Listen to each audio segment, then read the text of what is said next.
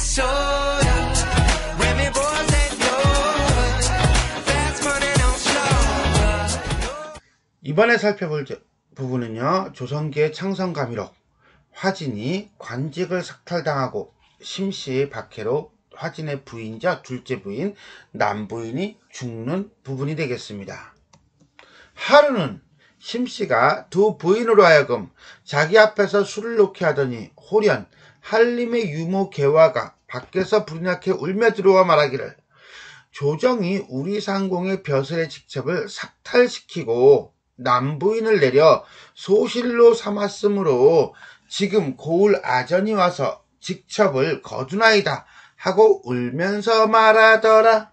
하루는, 자, 요건 장면의 전환입니다. 장면이 전환한다는 것은 새로운 사건이 발생한다는 것을 의미하죠. 심씨가 두 사람의 부인, 즉 화진의 부인 둘 얘기합니다. 술을 놓게 하는데 갑자기 울면서 들어와요. 그리고 벼슬 직첩을 삭탈시켰대요. 우리 상공이라고 하는 건 화진을 의미하고요. 벼슬 직첩은 한림의 자기를 얘기하는 거예요. 그러니까 뭐야? 관직을 박탈한 거죠. 그 다음에 남부인을 소실로 삼았다. 둘째 부인이니까 넌 처가 될 수가 없어. 첩이야. 라고 첩으로 삼았다는 거예요. 그러니까 어떤 지위를 격화시켰다는 얘기가 되겠습니다. 그러나 이 말을 듣고 조부인은 기뻐서 어쩔 줄 모르며, 이때 조부인은요, 화춘의 두 번째 부인입니다. 화진의 형, 부정적 인물이죠. 자, 어쩔 줄 모르는데 좋아서, 그럼 얘도 부정적인 인물이죠. 남부인을 향하여 말하기를, 낭자의 교만한 주머니끈이 끊어졌으니, 교만한 주머니끈이 끊어졌대요. 그게 바로 뭐겠어요, 그죠? 그렇죠. 한림 남편이 지위가 삭탈됐다는 거죠. 그 다음에 또 뭐야? 자신의 부인으로서의 직첩이 떨어진 거죠. 자, 이걸 비유적으로 표현하고 있다라고 보면 돼요. 이제 분복에 없는 분복, 타고난 복, 분수에 없는 청오패를 내어놓지 못할 소냐 빼앗는 거네요.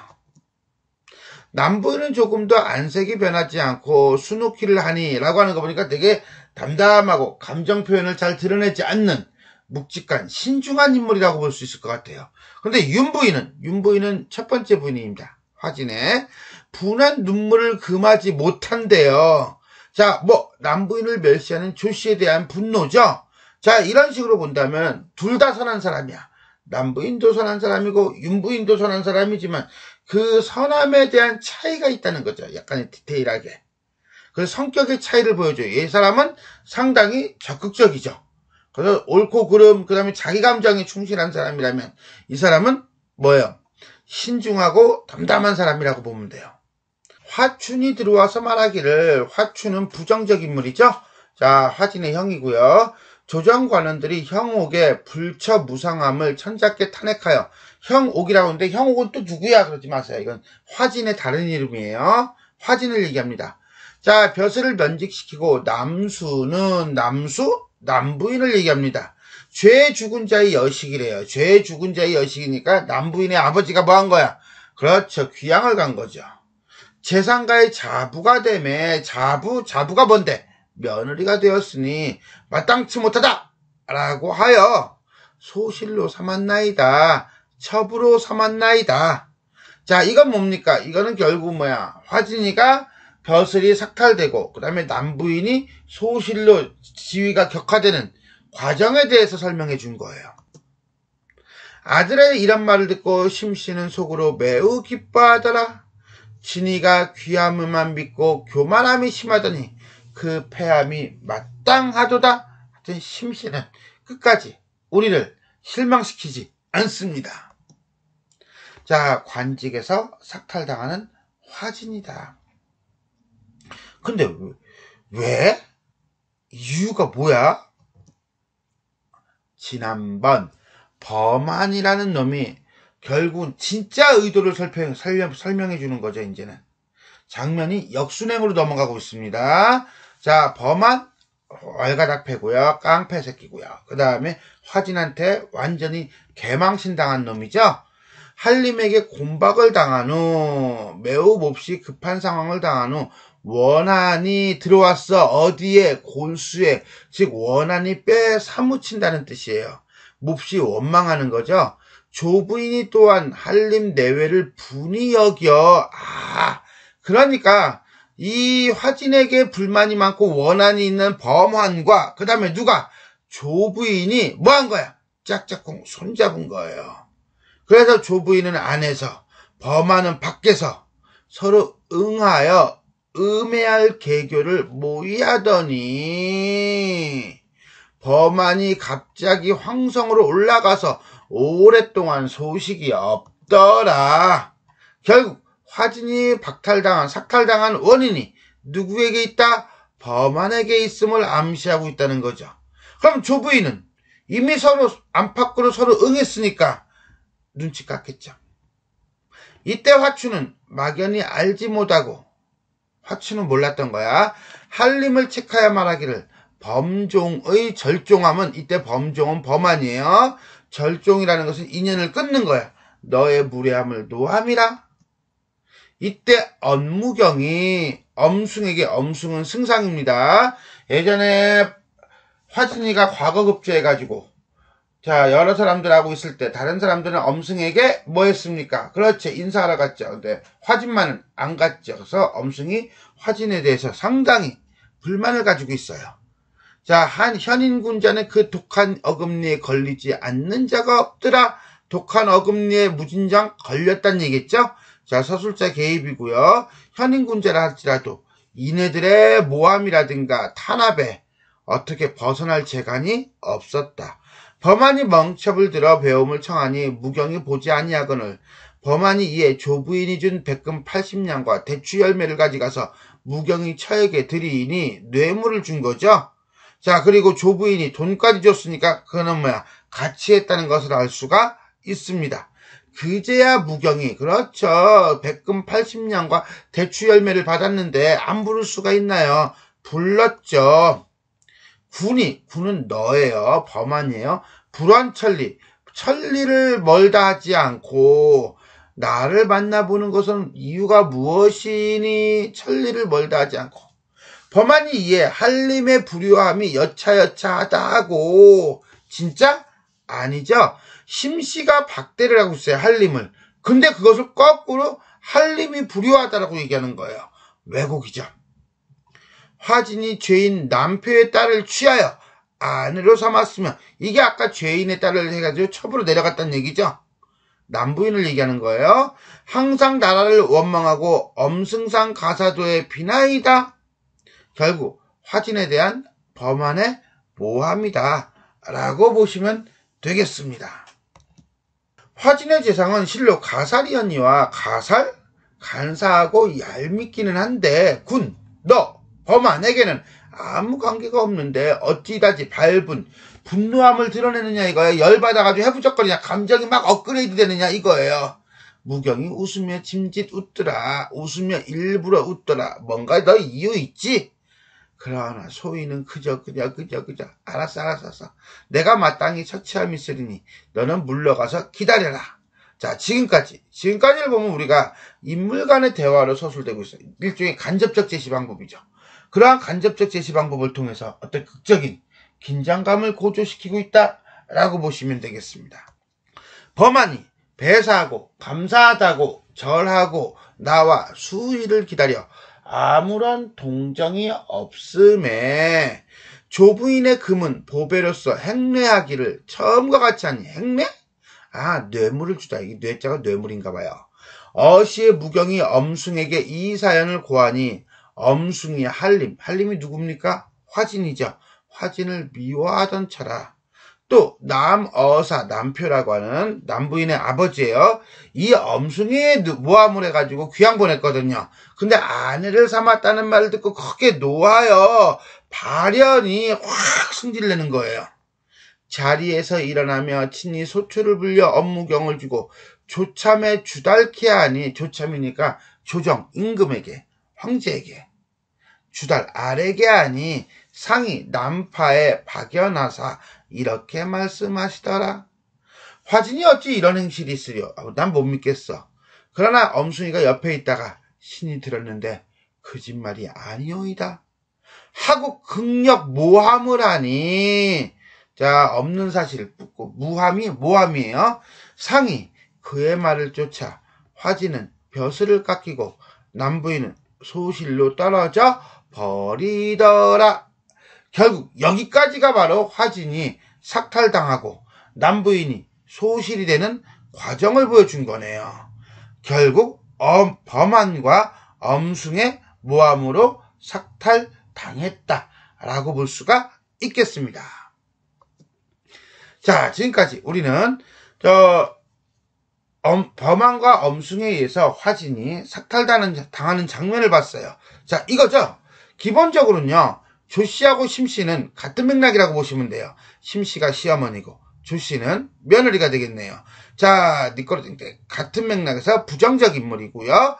이 심씨는 안에서 화진을 박해를 하고요. 남부인을 박해를 합니다. 그럴 때 조씨는 옆에서 꽁짝꽁짝 하면서 다시 범한을 지원을 하죠. 백금을 줬어요.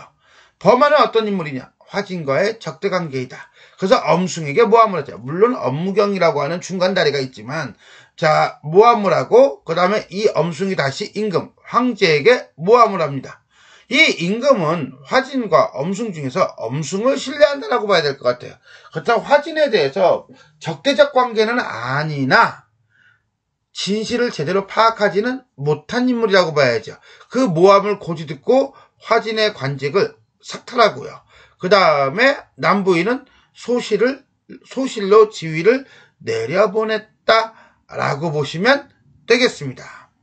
이로부터 남부인은 청의를 입고 심씨 앞에서 사환이 되고, 청의를 입었다는 걸 보니까 당시에는 신분에 따라서 정실이냐 소실이냐 첩이냐 처에 따라서 입는 옷의 색깔이 달랐음을 알 수가 있겠네요.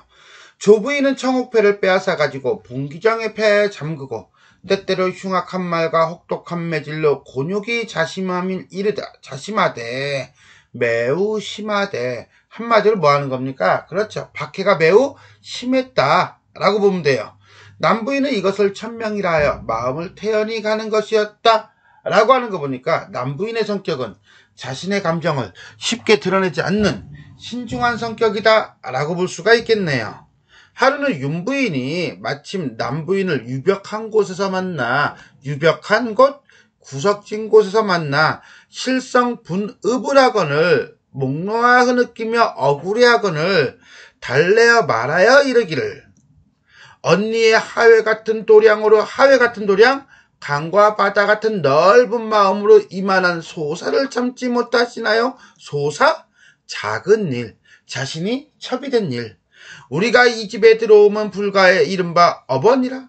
천명을 쫓아 있다가 명이 지나면 돌아갈 것이오늘 어찌 구구이 영욕으로서 거리끼리일까? 야, 영욕에 얽매여 마음에 담아두면 뭐하겠어요? 불과의 어번이라든가 명이 지나면 돌아갈 것이다 라고 하는 거 보니까 불교의 어떤 운명론적 태도를 가지고 있다 라고 볼 수가 있습니다. 또 우리 형제가 군자를 받던 이후로 군자의 액경을 만남이 하루도 몇 번이오며 군자를 받들어? 그렇지, 결혼한 이후로, 이런 뜻이라고 보면 돼요. 자, 군자의 액경을 만남이 하루에 몇 번이오며 하는 거 보니까 군자는 형진일 거예요. 형진이 시련과 박해가 매우 많았음을 알 수가 있겠네요. 군자는 일찍 하늘을 원망하고 사람을 허물하는 없거늘 우리는 비록 여자이오나 어찌 마음이 흠탄치 아니하리요. 윤부인이 손을 잡고 더욱 채읍 눈물을 흘리더라. 현매는 등이 사람의 참지 못할 곤욕을 참음이 여차하고 이러하고, 이런 뜻이겠죠. 또 말이 이렇듯 정대하니 옳고 박하니 어찌 아름답지 않으리요. 예찬하고 있네요. 서리법이고요. 그러나 우리 부모는 우리 형제를 양육할 때, 키울 때 사랑이 흘러 바다를 이루고 정이 모여 산이 되었음에 대꾸법이고요. 과장법이고 비유법이에요. 우리 부모님께서는 우리를 어린 시절 때 키울 때 이렇게 사랑을 많이 주실 때 혹 밥을 덜 먹어도 놀라 부르시고 잠을 늦게 깨어도 나와 보시며 이 집으로 보내실 때 눈물을 뿌리시며 차마 이별치 못하시지 않았더냐. 부모님을 생각하면 이게 또 마음이 또 그렇지가 않다는 거죠. 이제 생각건대 부모의 마음에 반드시 우리들이 무슨 병이나 없이 잘 있는가 걱정할 것이니 우리들이 불초무상하여 어리석어 부모의 이러하신 은혜를 갚지 못하고 구고가 뭐야? 그랬더니 시부모의 애휼지은을 모르고 불쌍히 여기고 은혜를 베푸는 것을 모르고, 이때는 시부모라고 보지 말고 부모라고 보시는 게 맞겠어요. 친정부모. 불쌍히 여기고 은혜를 베품을 모르고 범의 아가리에 떨어져서, 범의 아가리 심씨 모자와 조부인이 되겠네요.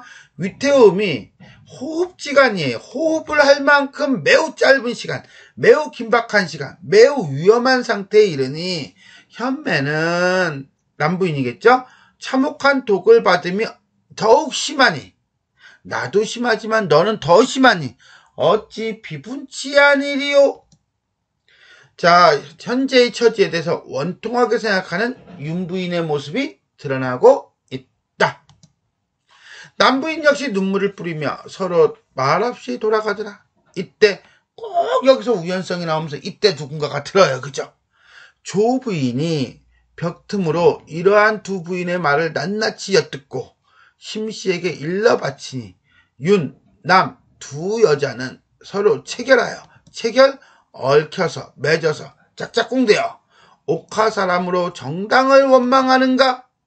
이래서 윤부인은 보건소각에 가두고 남부인은 중당행각에 가두고 두 부인의 하인들은 다 밖으로 내치고 계행이 남부인의 치마를 잡고 통곡하며 땅에 엎드려 일어나지 못하니 이 계행은 시비예요. 하녀 조부인이 무섭게 호령하기를 네 천비가 죽고자 하느냐?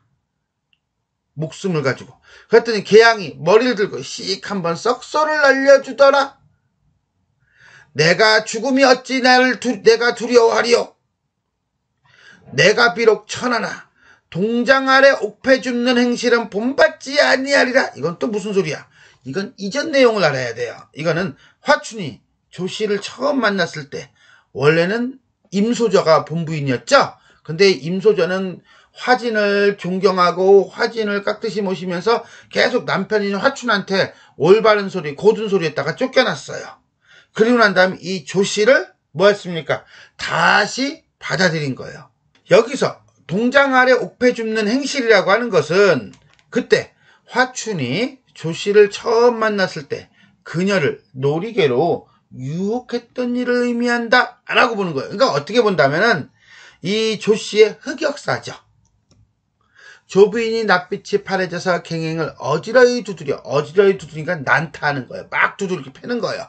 끌어내치고 심씨가 또한 꾸짖더라. 앞문 바깥문을 잠궜으니 한림으로 하여금 하늘을 보지 못하게 하며 즉 들어가지 못하게 하는 거예요. 혹 음식을 끓이는 일이 있어도 곤박이 말이 아니더라. 하루는 조부인이 조씨죠. 난양으로 하여금 미죽을 가져다가 남부인에게 보내며 말하기를 이 죽은 신부인께서 보내신 배? 먹는 배? 아니 바이라. 너는 다시는 들어오지 못할 것이니 모름지기 이 죽을 마시고 일찌감치 죽을지어다. 남부인이 죽을 보매 빛이 푸르고도 누렇더라. 약을 탄 거죠. 죽을 들고 탄식하며 내가 구차히 살고자 하느니 차라리 죽어서 모르는 것만 갖지 못하다 하고 그 여자는 인하여 죽을 들어 마시니 남부인이 죽었네요.